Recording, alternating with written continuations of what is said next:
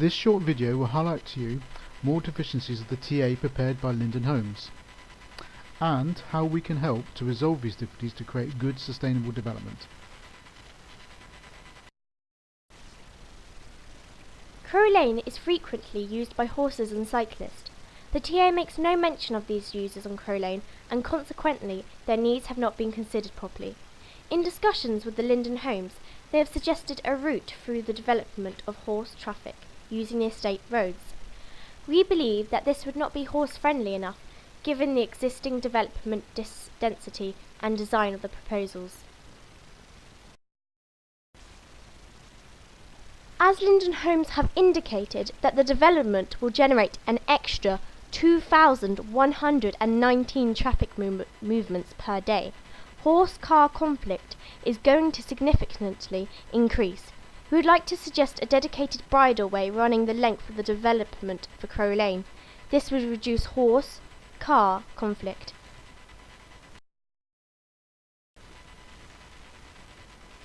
This is Dean and Dyble's site in Crow Arch Lane. We believe that Google image was taken in 2011.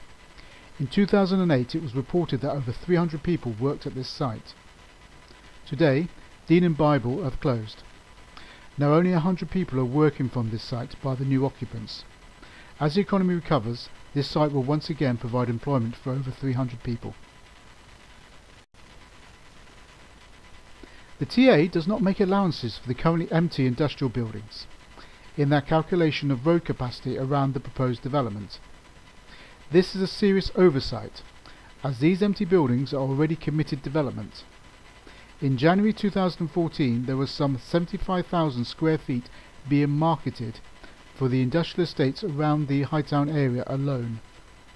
If this empty space was reoccupied today, it would add an excess of 200 vehicles at peak time to the local node network. My name is Michelle Mitchell and I live in Hightown Gardens.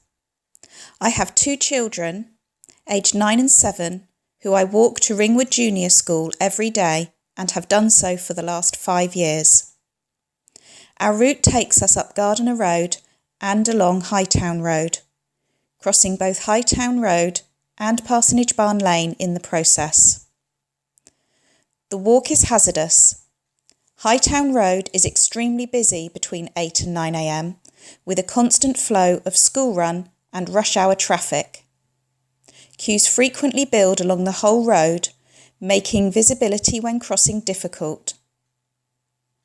As the road is narrow, large vehicles such as school buses and lorries delivering to McColl's and the Co-op frequently mount pavements to pass each other. This is especially dangerous when you consider how narrow the pavement along much of this stretch is. Particularly dangerous is the junction of Parsonage Barn Lane and Hightown Road. Queues of traffic build at the end of Parsonage Barn Lane, meaning parents and children have to dodge between cars and coaches, running the gauntlet of the vehicles which have to mount the pavement to navigate this tight turn. Lorries and coaches also have to swing out to the wrong side of the road in order to turn into or out of Parsonage Barn Lane. As a parent, the current proposals to add 3 traffic pinch points along Hightown Road and narrow it with a cycle lane worry me greatly. These proposals will create more queues and result in more vehicles mounting the pavement. In particular, the proposed pinch point right on the Parsonage Barn Lane junction will only exacerbate the existing problems at this particularly dangerous bottleneck. I appreciate that none of these issues has been caused by the developers. It is not their fault that lorries mount the curbs or that the Parsonage Barn Lane junction is dangerous for pedestrians. However, these roads are the main route from the proposed development site to the schools and town centre, and the additional traffic created by this development using these roads will make it significantly worse. As a result, there will be an increased risk to road users and pedestrians due to intensification of traffic as a result of these proposals. These plans should be reviewed as a matter of urgency, as requested by Ringwood Town Council, in order to ensure the future safety of our children as they walk to school and reduce the temptation to parents to drive their children to school rather than walk because it's safer. So, for the sake of all our children and all the other pedestrians using this route, I urge you to review these plans and look for a safer solution. The TA states that Crow Lane is 6.5 metres wide. This is incorrect, as in many places it is 5.4 metres. The picture above shows a pinch point along the Crow Lane. Most of the new development traffic will travel through this pinch point on its way either to the A31 or to the town centre. The pavement is less than 90 centimetres wide compared to the standard of 1.2 metres.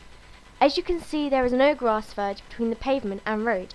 We have witnessed wheelchairs and mobility scooters using the road due to the narrowness of the pavement at this point. The road at this point is about 5.4 metres, which makes it difficult for two large vehicles to pass each other. The proposals from Linden Homes for horse traffic do not cover this section of Crow Lane. Again, there will be increased conflict between horses, pedestrians, cars and large vehicles arising from the development. We would like the Highway Authority to look at the situation to identify possible mitigation measures, given that the majority of the additional 2,119 vehicle movements that this development will generate will pass through the pinch point. What happens when two large vehicles meet each other along a 5.4 metre wide part of Crow Lane? This happened in February 2014. Two large vehicles coming from the opposing ends of the lane met each other halfway along. One vehicle mounted the grass verge to let the other pass, but promptly slid into the ditch that runs the entire length of Crow Lane.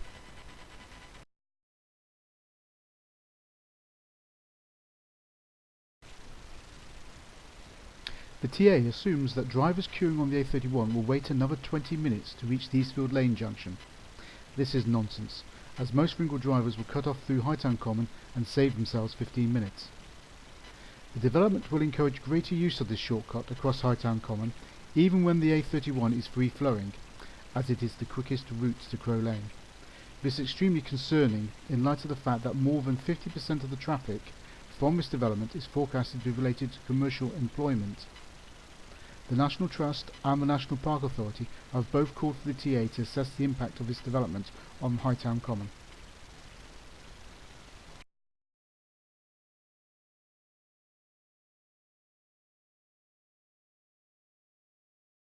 Traffic around Hightown and Crow is affected by the holiday seasons, not least because we have two seasonal businesses located in Crow Lane, but even more relevance is the seasonal impact from the A31 and the National Park.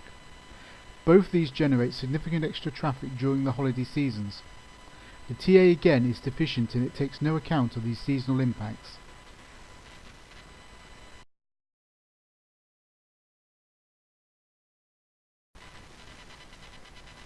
The Highway Authority were concerned by the vehicle speeds along Crow Lane. They wanted to increase the visibility sprays for the junctions. Linden Homes produced more data showing lower speeds, which the Highway Authority have since accepted. Unfortunately, this new data was collected on the junction of Crow Lane and Pelican Mead. According to the Department for Transport, speed data should not be collected at junctions. This is because speeding motorists will slow down in anticipation of vehicles emerging from the junction. This is a very elementary mistake to have been made by Linden Homes, but is consistent with other errors discovered in the TA. New speed data should be obtained to comply with the Department for Transport's guidance on collecting speed data. The TA has omitted considering the impact of these proposals on Christchurch Road, Manor Road, Closs Road, which will all be significantly affected by this development. Nor has the TA considered the impact on the A31, which is the subject of another video. I trust that you realise now that our concerns as to the inadequacies of the TA are well founded, and that our ultimate aim is to ensure the well-being of the existing and future residents of Ringwood. We would welcome the opportunity to work with the Highway Authority to resolve many of these difficulties.